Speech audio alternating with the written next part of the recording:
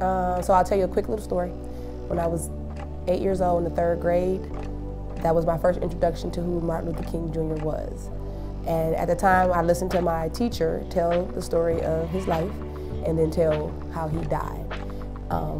I was 8 years old and I cried as if I knew the man. So for me, I believe that God put whatever it was inside of me to let me know that what he fought for and what he died for was worth way more than I could understand at that age. And since then, I've lived my life pretty much through that moment, knowing that I care about something or some people that I probably don't even know yet.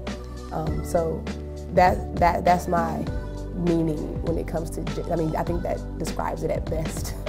The legacy of Martin Luther King Jr. Means a lot in my life. It really is kind of the foundation for what I try to live by, is just treating everybody equally, no matter where you come from, your religious background, your racial background, whatever. And pretty much just go out my way to be as kind as possibly can to my fellow man, even when I don't receive it, just being kind. And if I continue to do that, everything pretty much will work out for me the best.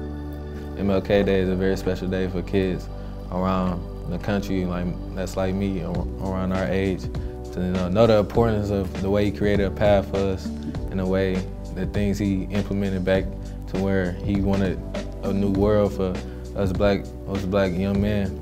It's very special to understand what he does for us and us for celebrate this day so his family and everybody who was with him at the time to make this new way, to be proud about how the world is working right now. I'm gonna take Dr. King's lessons, and I'm gonna, first of all, instill those in my household, try to raise my kids kind of in the way that he wanted black people to grow up, how he wanted them to act, with that self-empowerment, how he wants people to stick together, not just black and white, but he wants everybody to come together. So I'm gonna try to raise my kids to show that treat everybody with the kindness and the fairness that he installed in all his followers. And when I'm leading an organization or wherever I'm at, I'm gonna try to treat everybody like they're equal, like we're a family. So because I feel like that's the best way anything can be ran, with that family environment. So for me, I reference Dr. King to my son often. My son has been blessed to be in the arms of the President Barack Obama. I use those connections in terms of you can do and be anything. And so Martin Luther King's I can be and I can do and I can dream big, that's my biggest lesson for him, to dream big, because and dream big to me is, he wants to be in the NBA, but to me dreaming big is doing something bigger than just picking up a basketball.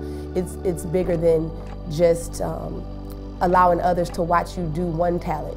How about we be talented at everything? And so I use both the reference of Dr. Martin Luther King and Barack Obama to just show the greatness of what he can do as a black young man, Truly, the most important thing that I can incorporate from him into my sport is just leading by example.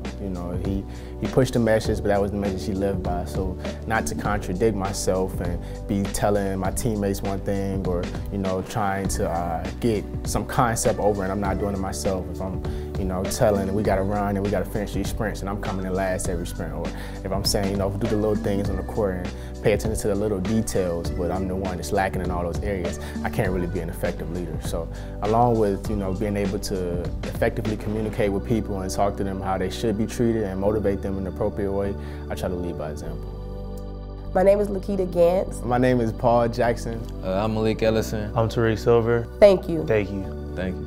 And happy Martin Luther King Day to everybody out there. Thank you.